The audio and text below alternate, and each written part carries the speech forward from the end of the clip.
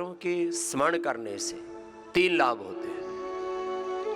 एक तो हम ऋषि मेधा से, ऋषि प्रज्ञा से, शास्त्र प्रज्ञा से, सनातन के शाश्वत सत्यों से युक्त हो जाते हैं। हमारे ब्रेन की जो प्रोग्रामिंग, हमारे मानस का, चित्त का जो निर्माण है वो ऋषि मेधा के अनुरूप होता है। किसका क्या थॉट प्रोसेस है, इसी के ऊपर जीवन में सब कुछ दारमदार होता है। 14 वर्ष की उम्र तक करीब करीब 90% हमारा थॉट प्रोसेस कहो, हमारी आइडियोलॉजी कहो, हमारा चित्त कहो, चेतना कहो, मानस कहो, उसका निर्माण हो जाता है। 14 वर्ष तक जिस बच्चे ने वेद, दर्शन, उपनिषद, शास्त्र आदि स्मरण कर लिए वह महाप्रज्ञावान होगा, उसकी मेधा परिष्कृत होगी। जैसे कहते हैं ना कि ये किस थॉट ऑफ स्कूल का ही पढ़ा हुआ है, कहाँ का ही प्रोडक्ट है, इसका दिमाग कैसा है, इसका दिल कैसा है, इसकी विचारधारा कैसी है, इसका चित्त चिंतन कैसा है। मैं परिवारों में देखता हूँ किसी का बच्चा 1-2 श्लोक, 1-2 मंत्र, 1-2 कोई स्तुति याद कर ले तो माता पिता बड़े हर्षित होते हैं। अच्छी बात है, 1-2 तो याद किए।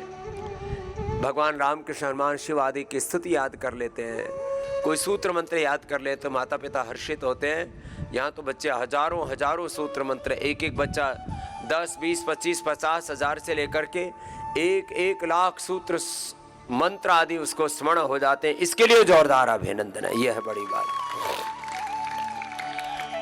कम से कम 5, 10 से लेकर के 25 शास्त्र तक बच्चे कंठस्थ कर रहे हैं। यह एक इस युग में एक बहुत ही सुखद, आश्चर्यजनक और एक बहुत ही प्रेरणादायी एक आदर्श घटना है। एक इंस्पिरेशन, एक मोटिवेशन मिलता है कि हम भी अपने प्राचीन ऋषियों की तरह प्रज्ञावान हो सकते हैं। तो शास्त्र प्रज्ञा से हम युक्त होते हैं, फिर जीवन में कोई संशय नहीं होता, कोई भ्रम भ्रांति नहीं रहता है। और जब जिसके जीवन में कोई संशय नहीं होगा, कोई भ्रांति नहीं होगी और ऋषि मेधा, ऋषि प्रज्ञा से जो युक्त होगा, वैसे शास्त्र का एक तत्व बड़ा ऊंचा है। फिर वो दैवी संपद से, सब प्रकार की दिव्यताओं से, पूरे वेद तत्व से, सनातन तत्व से युक्त होता है और सब बुरी बातों से मुक्त हो जाता है। इसमें तो जीवन की बहुत बड़ी धन्यता है कि हमारे जीवन में कोई भी अज्ञान, कोई भी अश्रद्धा, कोई भी अकर्मण्यता, कोई भी संशय, भ्रम भ्रांति, किसी भी प्रकार की नकारात्मकता, किसी भी प्रकार का कोई दोष ना हो, हम पूर्ण निर्दोष होकर के जीवन जिए, उससे ऊंची और बात क्या हो सकती है। तो बुद्धि इतनी परिष्कृत हो जाती है, मेधा इतनी परिष्कृत हो जाती है, फिर वो हर विषय को ठीक से अवगत करने में, समझने में समर्थ हो जाती है। एक शास्त्र का भी ठीक से बोध हो जाए।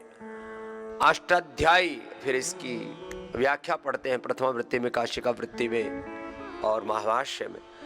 अष्टाध्यायी भी किसी के जीवन में ठीक से उतर जाए तो उसका जीवन अपने आप दिव्यता में ढलता चला जाता है। यहाँ तो 1-2 नहीं, 5 नहीं, 25 शास्त्र तक आप अपने उसके को आत्मसात करते हुए जीवन में आगे बढ़ रहे हैं। इसके लिए आपका विशेष अभिनंदन। और गुरुजन, हमारे सभी पूज्य सन्यासी, पूज्य स्वामी विरक्त देव जी, पूज्य स्वामी नारायण देव जी से लेकर के सब बहुत पुरुषार्थ कर रहे हैं इसके लिए। एक बार पूज्य हमारे सन्यासियों का भी बहुत बहुत अभिनंदन। हमारे सभी गुरुजन पूज्य सन्यासियों के साथ साथ एक अनुष्ठान में हमारे बहुत ही चरित्रवान, विद्वान, धर्मात्मा, योगी, पुरुषार्थी सन्यासी अपने जीवन की आहुति लगाए हुए हैं, तब जाकर के ये ऋषियों की संस्कृति अपने सनातन स्वरूप में, शुद्धतम स्वरूप में आगे बढ़ रही है। योग दर्शन के साथ जो अपने सनातन शास्त्र हैं उनका दर्शन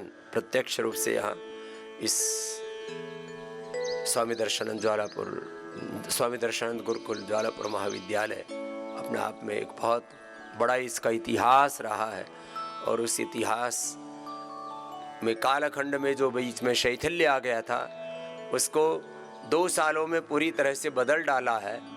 और कहीं तो जहाँ प्रारंभ जब हमने ये गुरुकुल का उत्तरदायित्व लिया तब हमने बच्चों की परीक्षा ली तो किसी बच्चे के 2 नंबर आ रहे थे, किसी के 10, किसी के 20 नंबर 100 में से।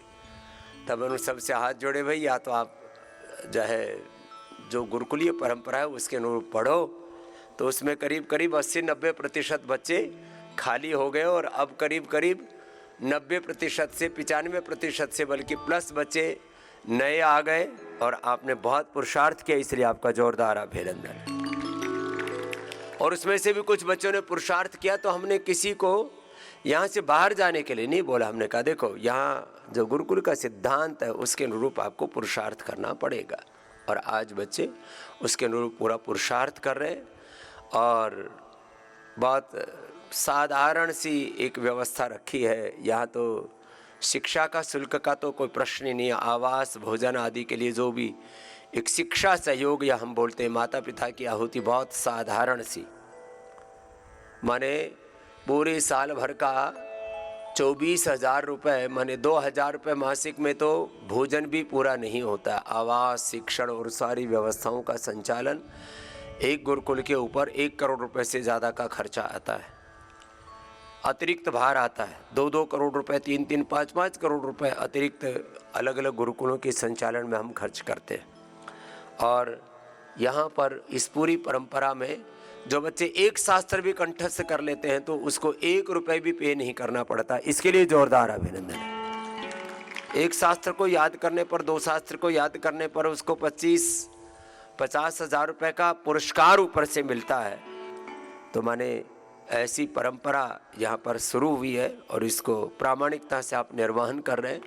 एक गुरुकुलीय परंपरा जो बहुत यशस्वी रूप में आ रही।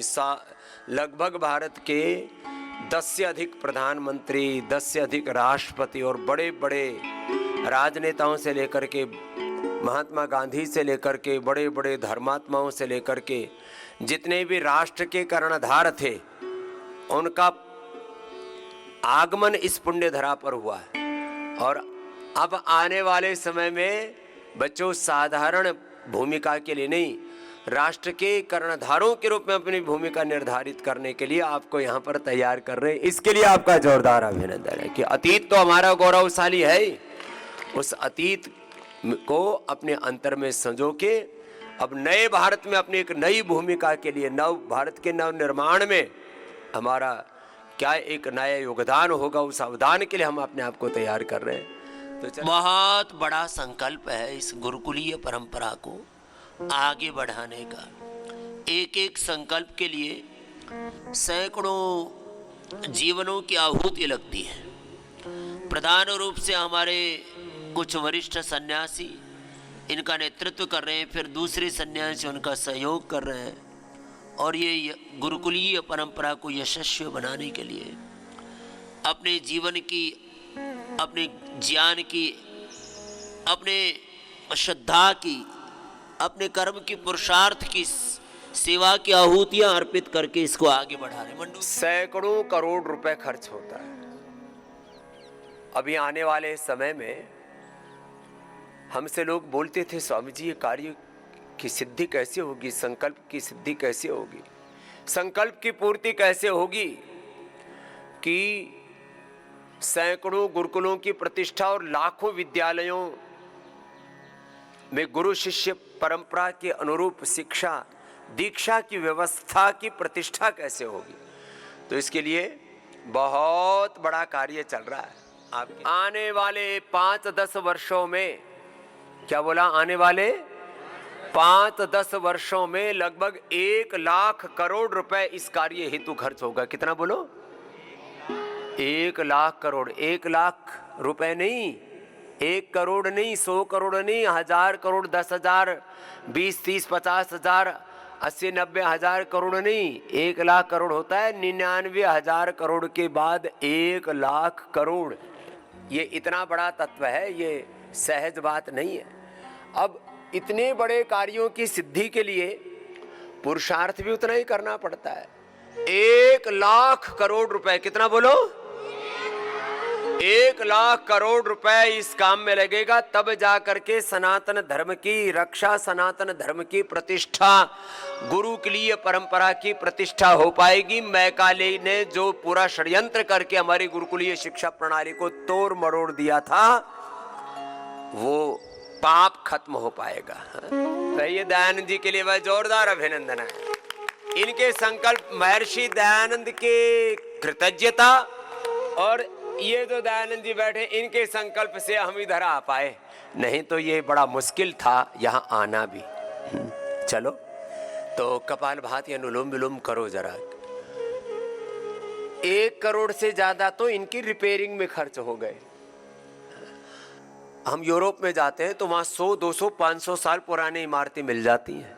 तो हमने हेरिटेज के रूप में इस गुरुकुल को संजो के रखा हुआ है, लेकिन अपने पुरखों ने 125 साल पहले भी इतना बड़ा पुरुषार्थ किया, इसके लिए जोरदार अभिनंदन है।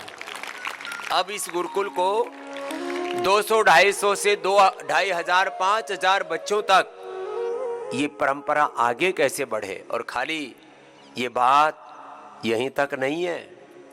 आज हम कोई ज़्यादा बड़े खुलासे करने के लिए नहीं आए हैं, लेकिन हमारा सपना है आने वाले लगभग 10-15 वर्षों में 1 लाख से ज़्यादा बच्चे तो पतंजलि में ही पढ़ें, ऐसा गुरुकुलीय परंपरा अपने पुरुषार्थ से हम खड़ी करेंगे। 1 लाख से ज़्यादा बच्चे, 1 लाख से ज़्यादा बच्चे गुरुकुल में पढ़ें। उसके लिए आवासीय व्यवस्था भी बनाना, अपने 2-4 बच्चों के लिए घर बनाना और उनको को स्वावलंबी आत्मनिर्भर बनाना माता पिता के लिए बड़ा चैलेंज होता है। 1 लाख बच्चों के लिए गुरुकुल बनाना और उसमें उनके जीवन को बनाना और उनको भारत के भविष्य के लिए तैयार करना, ये छोटा कार्य नहीं है। और 1 लाख से ज़्यादा स्कूलों को पहले भारतीय शिक्षा बोर्ड से जोड़ेंगे और पतंजलि विश्वविद्यालय में देश ही नहीं पूरी दुनिया के 1 लाख से ज्यादा बच्चे पढ़ेंगे, ऐसा पुरुषार्थ होगा। ये जो 1 लाख वाली यात्रा है ना, ये गुरुकुल से लेकर के, विश्वविद्यालय से लेकर के, फिर लाखों बच्चों को पतंजलि के जो कॉम्पिटिटिव एग्जाम्स के लिए हमने अभी तो खाली नींव ही डाली है। कॉम्पिटिटिव एग्जाम्स नीट और जी, इसके लिए पतंजलि में 2 अकेडमियां शुरू की है। एक पतंजलि कैरियर एकेडमी और एक Patanjali civil services academy. Patanjali career academy का पूरे देश में नीट और जी का रिजल्ट 1, 2, 4, 5% में, जिनके पास में लाखों बच्चे दयानंद जी पढ़ रहे हैं, उनके 1, 2, 4% रिजल्ट आते हैं। मैंने 100 बच्चे पढ़ रहे हैं तो किसी एकेडमी में 1%, किसी के 2, किसी के 5% कामयाब होते हैं। पतंजलि सर्विस जो एकेडमी है उसमें जो बच्चे पढ़ रहे हैं नीट और जी में, उनके लगभग 50 से 55% बच्चों का रिजल्ट रहता है। ये बहुत बड़ी बात बता रहा हूं। जिस दिन हमने ऑनलाइन शुरू कर दिया उस दिन सारा ये लूट खसोट वाला धंधा बंद हो जाए। ऑनलाइन में तो अगले साल तक ही आप देखना 1 लाख से ज्यादा बच्चे पतंजलि कैरियर एकेडमी से और पतंजलि सिविल सर्विसेज एकेडमी से जुड़ जाएंगे। 1 लाख से ज्यादा बच्चे, इसके लिए जोरदार अभिनंदन। हाँ, ये ऑनलाइन, अब ऑनलाइन होगा गुरुकुल भी, ऑनलाइन होगा आचार्य कुलम भी, ऑनलाइन होगा पतंजलि सिविल सर्विसेज एकेडमी भी, और ऑनलाइन होगा हमारा पतंजलि कैरियर एकेडमी भी। और देश के टॉप फैकल्टी, कई लोगों के नाम बड़े हैं, लेकिन जो कहते हैं ना, नाम बड़े और दर्शन छोटा। मैंने ऊंची दुकान फीके पकवान, ऐसा जो गांव में कहावत सुनते हैं ना, तो दुकानें बड़ी खोल रखी लोगों ने, और उस ऊंची दुकान फीके पकवान अर्थात माल सब मिलावटी है और उसमें दम कुछ है नहीं। यहाँ पूज्य स्वामी दर्शनानंद जी महाराज जी ने हमें जीवन का दर्शन, महर्षि दयानंद ने और हमारे ऋषियों ने हमें जीवन का दर्शन बहुत ऊंचा दिया है। एक बार उन ऋषियों के प्रति कृतज्ञता है। उनके कारण से अब यदि गुरुकुल ऊंचा है तो उसका दर्शन भी ऊंचा है, उसका चरित्र भी ऊंचा है। और बच्चों, स्वामी दर्शनानंद जी महाराज जी भी एक व्यक्ति थे, महर्षि दयानंद भी एक व्यक्ति थे, स्वामी श्रद्धानंद जी भी एक व्यक्ति थे। पहले तो यहाँ थोड़ी प्रतिस्पर्धा चला करती थी, अब इस प्रतिस्पर्धा को थोड़े दिनों में आत्मस्पर्धा में रूपांतरित कर देंगे। एक बहुत बड़े व्यक्ति हमारे पास आए, बोले जी स्वामी जी महर्षि दयानंद की संस्थाएं लुट रही हैं, आप सब संभाल लो। मैंने कहा इसको संभालने के लिए करीब 1 लाख करोड़ तो मुझे खर्च करना पड़ेगा, पहले इतना पैसे का प्रबंध तो करो।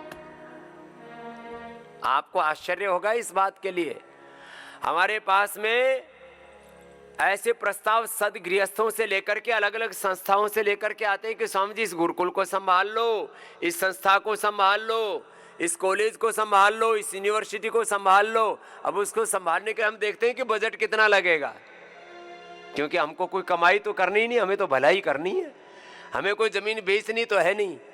स्वामी रामदेव ने और पतंजलि ने, पूज्य आचार्य बालकृष्ण जी ने 1 इंच जमीन बेची नहीं, बल्कि सैकड़ों हजारों एकड़ जमीन धर्म के कार्य के लिए खरीदी है।